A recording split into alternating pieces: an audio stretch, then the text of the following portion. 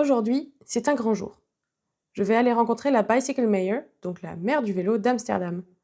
Elle a fait une courte apparition pendant l'école d'été de l'Urban Cycling Institute pour nous parler de son action, et je voulais en savoir un petit peu plus. D'une part, je l'ai trouvée très inspirante, et d'autre part, je n'en avais jamais entendu parler, alors que je pense être plutôt assez au fait de ce qui existe en matière de plaidoyer vélo, en tout cas en France. Bref, apparemment, il existe des maires du vélo partout sur la planète, et on va aller découvrir ça ensemble. Hello. Hello. Thank you for welcoming us here. So we are honored to be here today with the Bicycle Mayor of Amsterdam. Would you like to introduce yourself? Of course. My name is Romain Nicolai. I'm 26 and I'm the Bicycle Mayor of Amsterdam. I was born and raised here in Amsterdam and I'm Bicycle Mayor since 1.5 years and for the upcoming 2.5 years, so in total 4. I'm of course a big cycling fan here. I started my own bike repair place, but I'm also involved in multiple cycling related projects. So yeah, that's me. Okay. So can you explain what Bikes or BYCS is? Yeah, of course. Bikes is a global non-profit and we build and strengthen cycling cultures. And how we do that is by nurturing, increasing and challenging the barriers of cycling cultures everywhere. So that depends on the situation and on the locations, of course, where we work. But we do like projects everywhere, in every like city or region around the world. Specifically about cycling safety and cycling increase among children, women and grassroots initiatives. If we want to change and nurture our cycling culture, we have to do something differently. So we have to increase like awareness about how can we nurture this positive framing of cycling here, even though we are of course a cycling city. And therefore our work is based on the human infrastructure. And that's a framework. You can also find it back, the research about human infrastructure on the website. But human infrastructure is more about the behavioral and societal aspect of cycling. And that's the base of our work. Okay, so you shifted from biking to go to work to biking for humans, basically. Exactly, because not only working is a way of moving from A to B, but cycling is way more than that. Cycling is of course a way of freedom, a way of self-expression, but also cycling is so beautiful because the bicycle is used by every type of citizen, women, children, families, also people who go to work or people who will just go for leisure. And I think that we forgot that very often, that the bike is not only a commuter way of transport, but also just a way of self-expression and freedom.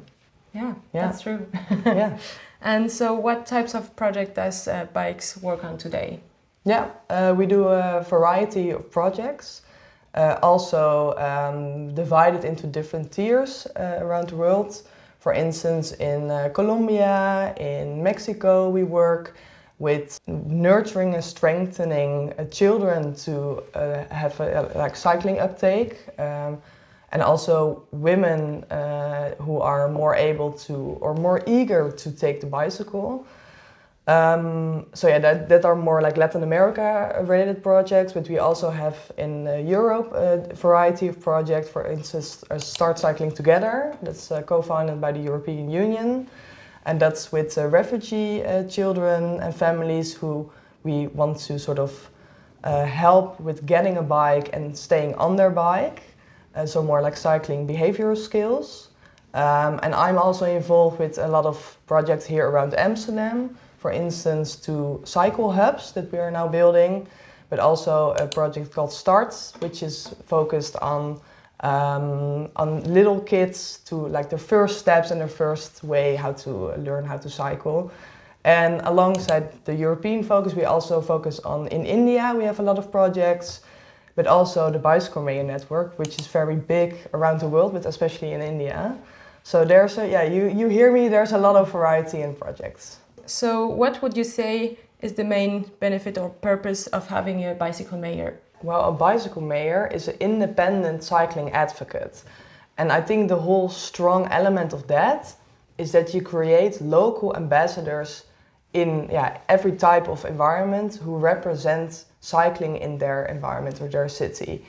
And what's so powerful, what I experience as very powerful within a network, is that you can't just implement cycling everywhere. Every city and every region is different. So it has other needs, but it also needs another way of representation and governance. And the whole Bicycle Mayor network consists of 150 bicycle mayors around the world, so that's a lot. And since I have been involved, I've learned that also there are cultural barriers, of course. And everyone thinks, oh, Amsterdam, you guys already know, there's a lot of infrastructure and you know how to deal with this. And to a certain extent, that is true, but we also talk from a very spoiled positions. Yes, we have their infrastructure, but at the other hand, people often forget the whole strong element of having a cycling culture. For instance, in other countries and cities, there are bicycle paths, but nobody is using them because of road range, because of social class elements, or because of lack of income of families who can't afford a bike. So you need both, and you can learn from each other. So the benefit, the bigger benefit, what I experienced from the Bicycle Mayor network, is that you exchange knowledge and exchange experience, but overall, to really educate each other how we can build a cycling world, or how we can develop the most positive aspects within each community or each municipality. And that's, the bicycle for me is only a mean to achieve that. Of course, all the bicycle mayors are bike nerds and bike fans, but I think above all there is a higher goal of having connected communities and having a safe and healthy living environment. And therefore the bike is just a mean to achieve that. That sounds really interesting. And so you really exchange with other bicycle mayors all around the world regularly? Definitely, yeah. We have, on a monthly basis, we have meetings. So every month we meet, online of course. But somehow there are also moments where multiple bicycle mayors meet. For instance, 2 months ago on a conference, 10 of the 150 met. And I think that's even better to have them together. But yeah, on a monthly basis we connect online and we share our projects or like our barriers that we face. And it sounds like an informal network, but it's to an extent it's also a formal network, because we are all like enthusiastic about how to develop things. So then on a business model you can also help each other to build cycling collectives. Yeah. So yeah, that's great. So you were talking about having some interactions with the municipality of Amsterdam. So what are your relations with the municipality? Yeah, good question. Well, first of all, as a bicycle mayor, you're independent from the municipality, so you're not working for them, but with them. And ideally, you find a common ground with the municipality, how you can both help each other in increasing the cycling uptake in the city. And my situation here in Amsterdam is that I'm very good in contact with the municipality, because our elder woman of mobility is amazing. She's very progressive and wants to experiment with how we can make our city safer and friendlier and livable. And how I work together with her and the municipality in general is to learn from each other. So we keep each other in touch about developments, or with public, like media, for instance. I will be sometimes informed about new projects that will start. But alongside that, this is also for me a way how to express one of my goals, which is putting cycling safety more on the public agenda. And that is, of course, also a goal of the municipality. So in that way, we can work together. That's very nice to have good relationships with the municipality, indeed. And so what resources does Bikes provide and share with all the bicycle mayors? Well, we have a lot of resources. First of all, we have a lot of research about cycling behavioral barriers, skills, access, awareness. That's all part of the human infrastructure network or framework, what I just shared with you. But alongside research, we have also toolkits, which corresponds with different projects. For instance, Bicycle Heroes. That's a really fun project. It's making children the heroes of their city, so they become selected or elected, and they become the bicycle hero. And we have a whole toolkit developed that every city around the world, for instance, Bogota, Barcelona, but also Bangladesh, there are cities and countries who implement bicycle heroes in their own way. So that's beautiful, I think. And we also have the same with Start Cycling Together. So train the trainer programs and that kind of things. That are project materials, and alongside that we also keep bicycle mayors involved and informed about developments within the bicycle industry. So what's being active right now, and how can we help? How can we work with European partners? Or it's basically, you have to see the Bicycle Mayor Network as a collective who is overarching and connecting local and national and global, actually. So what I experienced myself is that I am connecting public and private very often. And I think without a bicycle ambassador, they can of course still find each other, but it can really help to make the connection stronger. So it's not top down, it's not someone saying we should do all the heroes in that city and that city. Yeah. It's like everybody who wants can have the resources shared by bikes. Yeah, of course. Yeah, that's exactly the idea. So if you become a bicycle mayor, you have a lot of goals or 3 goals actually that you want to strive for, and also a strategy how you want to achieve those goals. And dependent on the goals and also on the local needs, you try to find with bikes how we can help each other. And there's of course an accountability from both sides. So we want to strive for the maximum, but we have to be realistic as well. And together with the network, we can see how we can achieve those goals. It's very interesting. So do you target some types of cities? How do you choose which city can have a bicycle mayor, or is it just someone who is interested who can become a bicycle mayor in their city? That's a good question. I think with our current strategy, we focus on specific tiers or specific areas where there's already work of bikes active, for instance, or that there's a lot of need for bicycle mayors. So since our last strategy, we focus in Europe, for instance, on Italy and on Portugal, for instance, and in Latin America on Mexico, and I think mostly Mexico and Colombia. And in the more Asian side, we focus on the Philippines and on India.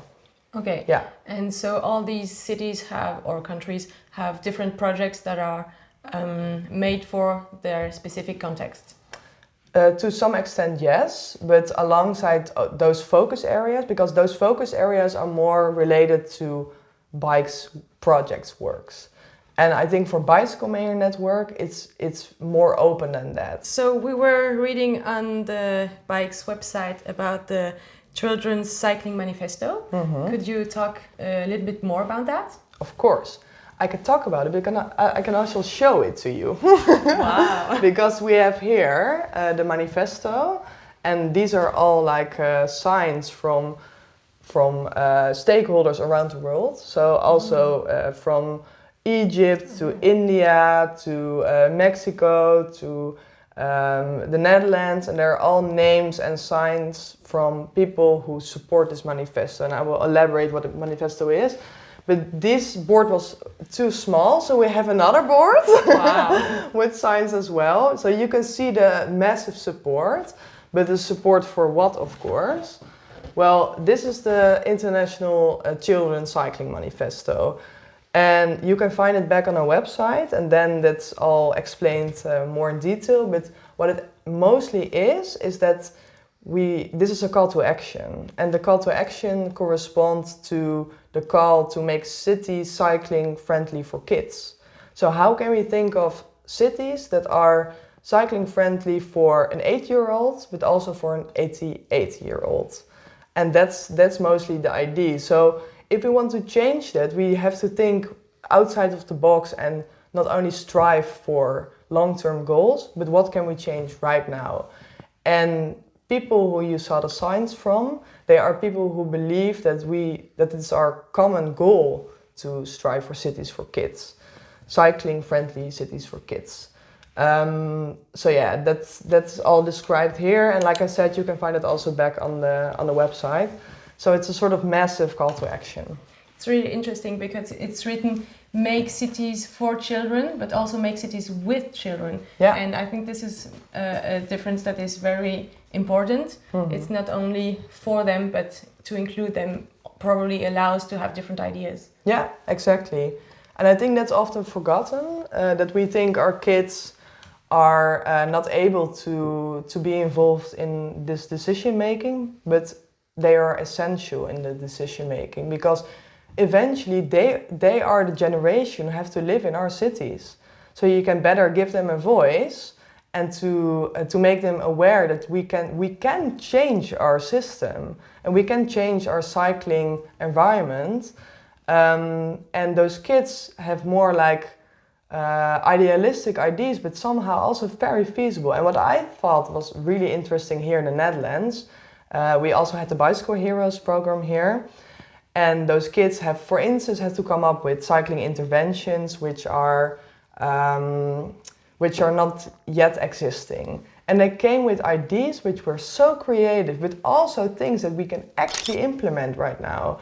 And that's just an example about change made by kids for kids. And this manifesto is not only interventions, but it's above that. So it's how can we think about making cities that are made for children. And I think if we think about how to be made for children, children have a voice in that, because they will use those cities. So that's the idea. Absolutely. Yeah. And so we saw some signatures here and here. Who can sign the manifesto? Is it like politicians or advocates or cities or? I think it's a broad range of people who can sign. Mostly people who have a voice in this discussion. So public, private, local partners who, or not even partners, but just stakeholders who have a voice in making cities cycling friendly. But actually everyone has a voice in that. So I invite you as well to sign the manifesto, because it's also a symbolic way to just show that you are engaged to make change possible. That's amazing. I've never heard of it before doing some research, and I think it should be heard and it should be known all around the world, because as you said, children are living in our cities and they already are living, but they will still be living in our cities for a long time. So we have to give them a voice. Yeah. And I think it's really important to do that kind of work. And so from a personal perspective, thank you very much for doing that. Yeah, of course. And to add, I think it's very underestimated how the voice of kids is being landed within decision making. Because if you make it like a standard thing to implement the voices of kids, then it's not just a cute thing or an additional element, but then it's a new norm, and then we have a new decision making norm. So I think it's very powerful to just do this as a symbolic way, but also as a very practical way. So now about France. Mm-hmm. We noticed that there was nearly no French bicycle mayor. We saw only one on the map. Mm-hmm. Do you want to tell something to the French bicycle community, maybe? Of course. Well, I think what I really believe in is that there's such a space for opportunity. There are so many opportunities in France to expand this network. And what I really hope for is that there will become more bicycle mayors, because there are already a lot of cycling activists and a lot of cycling enthusiasts who live in France. I know that you have like a massive repair culture, for instance. And there's a lot of the Tour de France, of course. So there is already potential. But what I really hope for is that France, our almost neighbor country, there are enthusiasts who are committed and also want to representing their own city in their own way. So that's what I'm hoping for, and yeah, the future will tell. So you think there can be other mayors, other bicycle mayors in France one day? I think so too. Yeah, definitely. Yeah, it depends, of course, on their goals and on their situation. But I really believe that we can expand this network. Yeah. And so, how can we become a bicycle mayor? Do we go on the website and then just submit a form? Yeah, that's exactly how it works. So you go on the website. There's an application form for a bicycle mayor. I did it as well, and then you go to a whole committee. You define your goals and your network and how you want to implement those goals. Then you will be selected, and then you will be in touch with my colleague.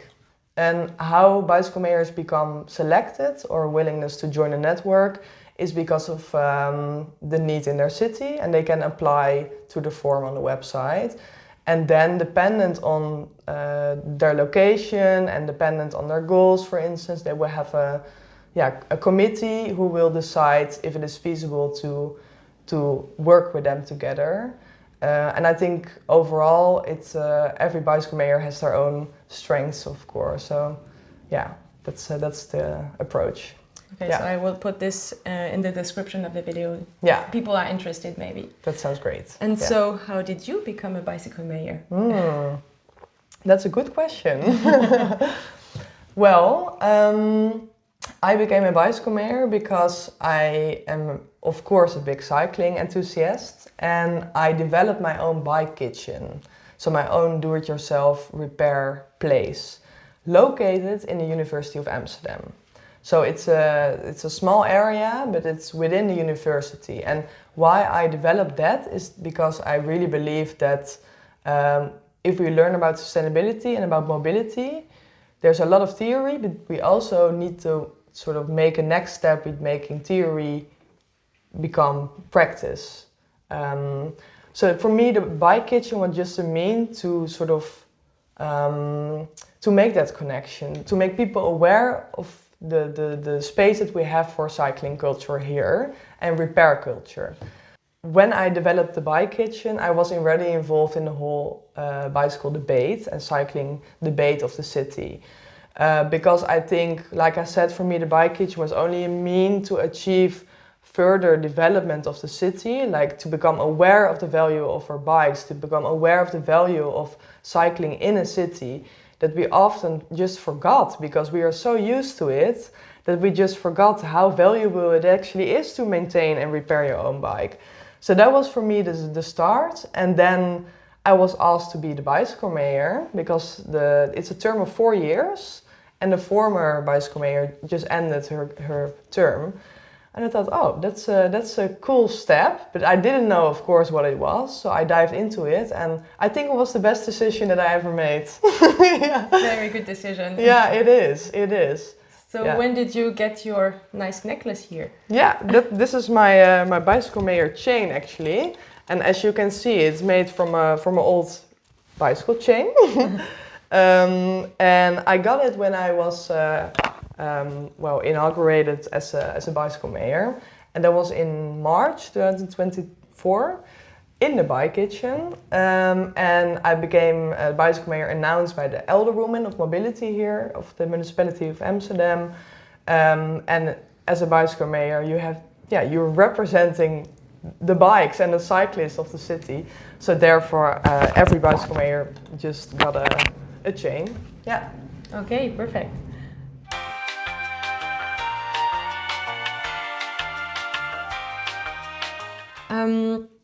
And so you are a bicycle mayor for 1.5 years, approximately now. And what are your future goals as a bicycle mayor here in Amsterdam? My future goals? I have high aims. I think maybe that's a good and a bad part. But I have actually 3 goals since the beginning, and I'm already busy 1.5 years with those goals. The first one is to create a cycling repair culture, what I talked about, so that we sort of normalize that you can literally repair your bike and become more aware of the value of repair. So to create awareness about the value.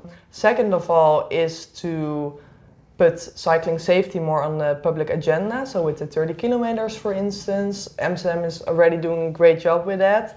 But still around Amsterdam and in the whole Netherlands, we can still achieve for more.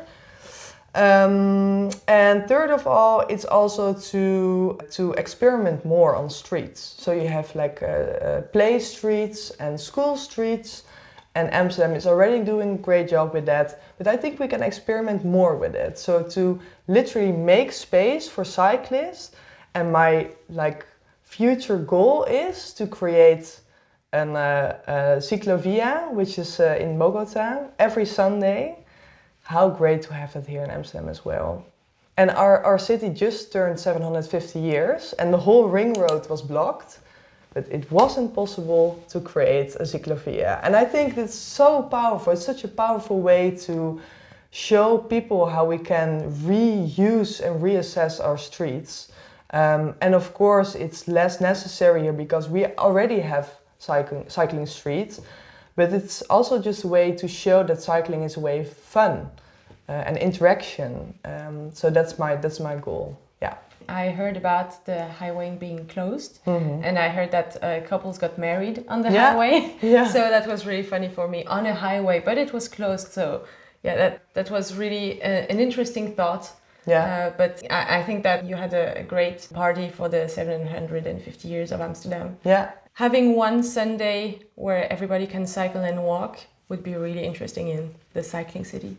I think so too. And I think it's literally what you said, celebrating cycling.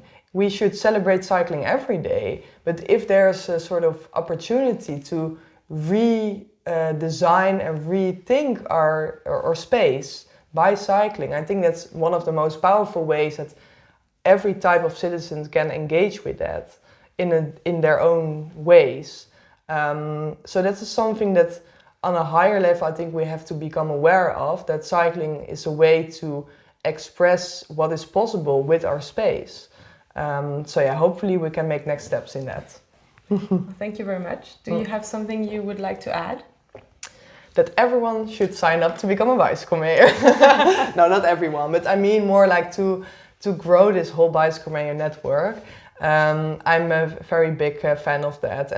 And also think for yourself, people who are watching, think for yourself, how can you change your environment? You don't have to be a bicycle mayor, but what can you change in your environment to connect people and to make this manifesto bigger? So just a last activation of people. How can you change your own environment? Thank you very much. Yeah, you're welcome.